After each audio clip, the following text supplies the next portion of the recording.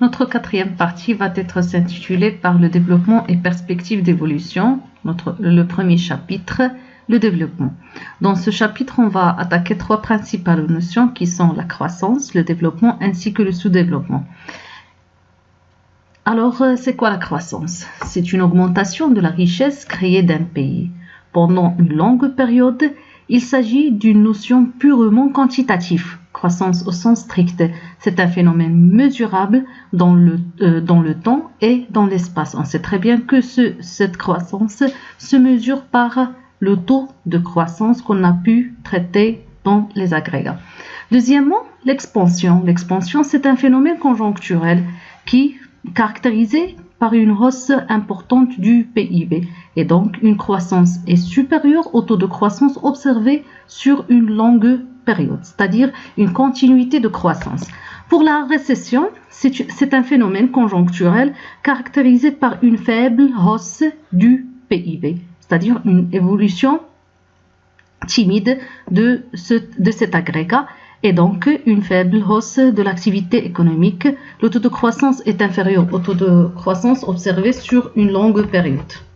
Pour la dépression, c'est un phénomène qui se caractérise à court terme, qui se caractérise par une baisse du PIB et donc une baisse de l'activité économique. Le taux de croissance ici va être négatif dans certains pays européens, comme l'exemple de certains pays européens en 2008-2009. Pour la crise, elle désigne le moment, de retournement de la conjoncture. Elle est représentée par le point de retournement qui marque le début de la phase de ralentissement de l'activité économique. La reprise, comme le dernier phénomène qui va être traité, elle désigne la phase du cycle économique qui se caractérise par un retour de l'économie à une phase d'expansion après une phase de récession. La reprise représente donc le point d'inflexion qui marque le retour d'une phase de croissance de l'activité économique soutenue. Alors pourquoi normalement l'exposition de ces phénomènes? C'est pour les faire distinguer de la crise. Alors pour cette courbe, il nous explique normalement il nous explique la distinction des quatre phénomènes de la croissance. Pour l'expansion, donc numéro 1, il présente l'expansion, c'est-à-dire la continuité ou bien il s'agit d'une phase de prolongement de la croissance. Pour la crise c'est la phase de rupture, de fin, de période de ce prolongement de croissance. Pour la récession, c'est tout à fait le contraire. Il s'agit du contraire de la crise. Pour la reprise c'est juste la phase qui suit directement la crise lors du retournement à l'activité économique ou bien de la récupération de l'activité économique. Comment on mesure cette croissance? La croissance se mesure bien sûr par le taux de croissance qui se base sur l'évolution du PIB. Alors c'est un indicateur de performance, est un outil de comparaison très souvent utilisé par les économistes. La croissance correspond au taux de croissance du PIB qui va être calculé par le PIB moins le PIB de la période précédente sur le PIB de la période précédente fois 100. Bien sûr, s'il s'agit d'une évolution positive, il s'agit d'une augmentation. S'il s'agit d'un chiffre négatif, il s'agit d'une détérioration, bien d'un recul de la richesse créée par les agents économiques. Alors passons aux facteurs de la croissance. Les facteurs de la croissance sont le travail, le capital, le progrès technique, la conjoncture ainsi que le rôle de l'État. Alors ce sont les facteurs ou bien normalement les facteurs qui participent ou bien qui contribuent dans la réalisation de la richesse ainsi que l'évolution positive de la richesse. Pour le travail, sur le plan quantitatif, le facteur travail dépend de la démographie et du taux d'activité. D'un point de vue qualitatif, ce facteur repose sur la formation, l'organisation du travail et la mobilité, c'est-à-dire on veille sur la qualité du capital humain. Alors, exemple, l'importance de l'encadrement, l'importance de l'existence des usines, la formation professionnelle est très intéressante pour faire qualifier normalement les salariés, etc., pour avoir bien sûr un travail de qualité. Et lors de la réalisation d'un travail de qualité, il va forcément influencer positivement normalement l'augmentation de la richesse créée, bien sûr. Le capital maintenant, il s'agit d'un facteur qui se repose sur les équipements existants, leur qualité et la propension de l'économie à les augmenter par des investissements, vu normalement l'existence d'un nombre d'usines très important, les bureaux, l'intensité capitalistique, c'est-à-dire normalement les moyens matériels.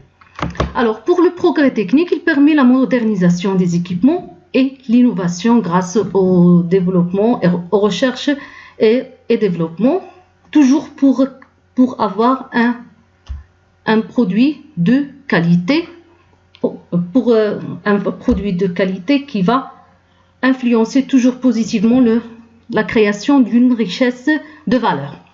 La conjoncture maintenant, la croissance repose sur une monnaie stable, une inflation maîtrisée, une épargne suffisante, une consommation soutenue. Alors, toutes ces modalités économiques, normalement, influencent soit positivement, soit négativement, normalement, la situation de la richesse.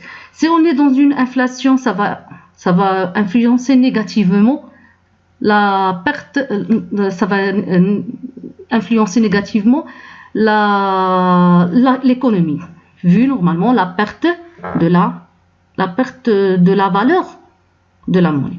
Aussi bien s'il s'agit d'une conjoncture positive, ça va influencer positivement normalement la richesse créée et ainsi de suite.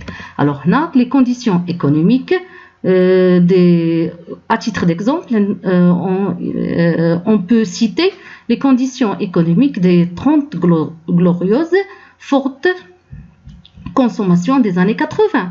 Alors la forte consommation va augmenter la demande globale, ce qui va influencer positivement normalement la création de la richesse qui va être augmentée automatiquement. Le rôle maintenant de l'État. L'État soutient l'économie de plusieurs façons, grâce aux subventions, grâce aux aides accordées aux entreprises, grâce aux infrastructures, l'aide à l'exportation. Alors ce sont des opportunités qui vont être accordées aux entreprises pour augmenter leur production. Cette augmentation qui va influencer positivement la richesse créée. Maintenant, on va passer aux modalités de la croissance. On distingue entre deux types de modalités. La croissance extensive et la croissance intensive. Alors, le critère de la distinction, c'est que l'extensive, il s'agit d'une augmentation de quantité. Une augmentation quantitative, c'est-à-dire mesurable, qui peut être comptée. Alors, des facteurs de production, davantage de travailleurs et d'équipements conduisent à plus de croissance. Aussi bien pour la croissance intense, on peut parler d'une croissance de qualité, c'est-à-dire une augmentation de la production qui provient d'une utilisation plus efficace des facteurs de production existants, c'est-à-dire par exemple la réalisation des gains de productivité. Alors maintenant, on va passer à un autre phénomène, deuxième notion dans notre chapitre. Il s'agit du développement.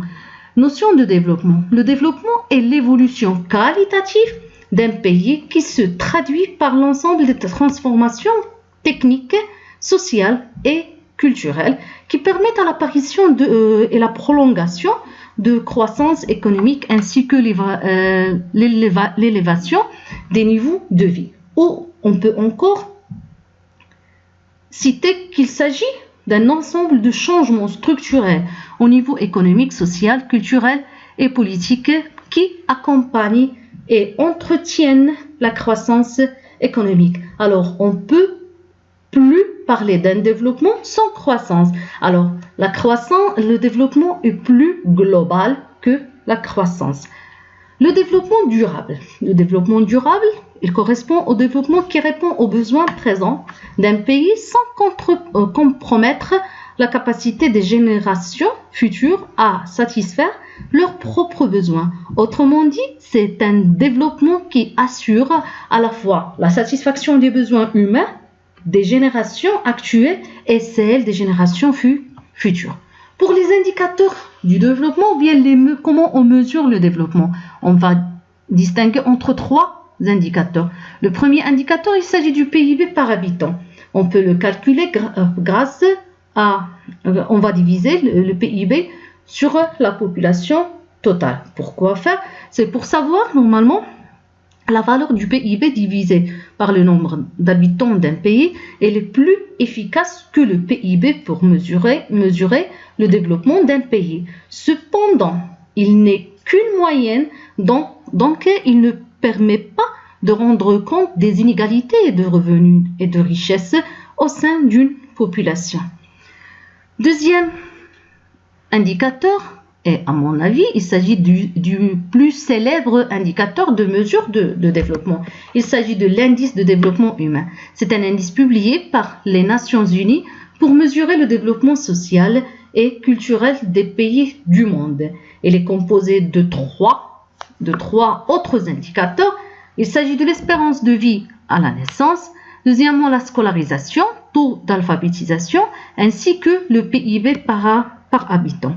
Pour arriver au troisième indicateur, il s'agit de l'indicateur de pauvreté humaine. Il est fondé sur 3 éléments. L'espérance de vie, le niveau d'éducation et les conditions de vie, mesurées à partir de 3 variables. L'accès aux services de santé, l'accès à l'eau potable et la part des enfants de moins de 15 ans victimes de malnutrition, ainsi que le taux d'allaitement, normalement le taux d'allaitement, normalement la bonne nutrition, etc. Tous ces indicateurs contribuent dans le calcul de cet indice de pauvreté humaine. Passons maintenant à la partie la plus importante dans notre première représentation. Il s'agit de la relation qu'il y a entre la croissance et le développement.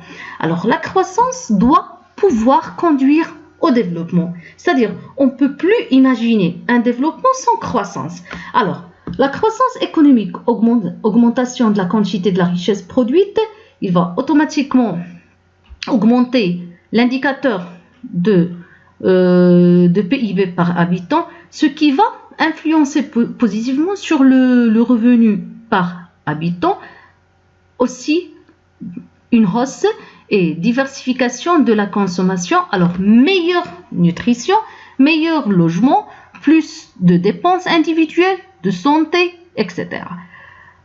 Grâce à ces conditions, à condition que la croissance démographique soit moins forte que la croissance économique. À titre d'exemple, on peut citer l'exemple de la Chine. La Chine, il a un PIB très important qui participe par le 1/3 du PIB mondial. Mais vu normalement à cause de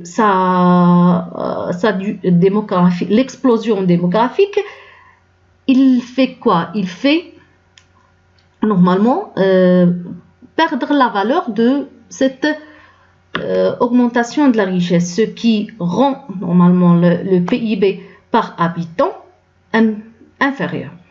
Hausse des recettes de l'État et des organismes de redistribution, ce qui nous emmène à une hausse des dépenses publiques, santé, normalement, dans les infrastructures, normalement l'augmentation de la valeur, l'augmentation de la qualité des produits consommés, eau, électricité, chemin, etc. C'est-à-dire l'État va investir de plus, va préparer les infrastructures, des opportunités de plus pour les entreprises, etc. Ce qui nous emmène à un développement, c'est-à-dire augmentation de la qualité de vie. C'est-à-dire, comme j'ai dit au départ, on ne peut plus imaginer le développement sans la la croissance.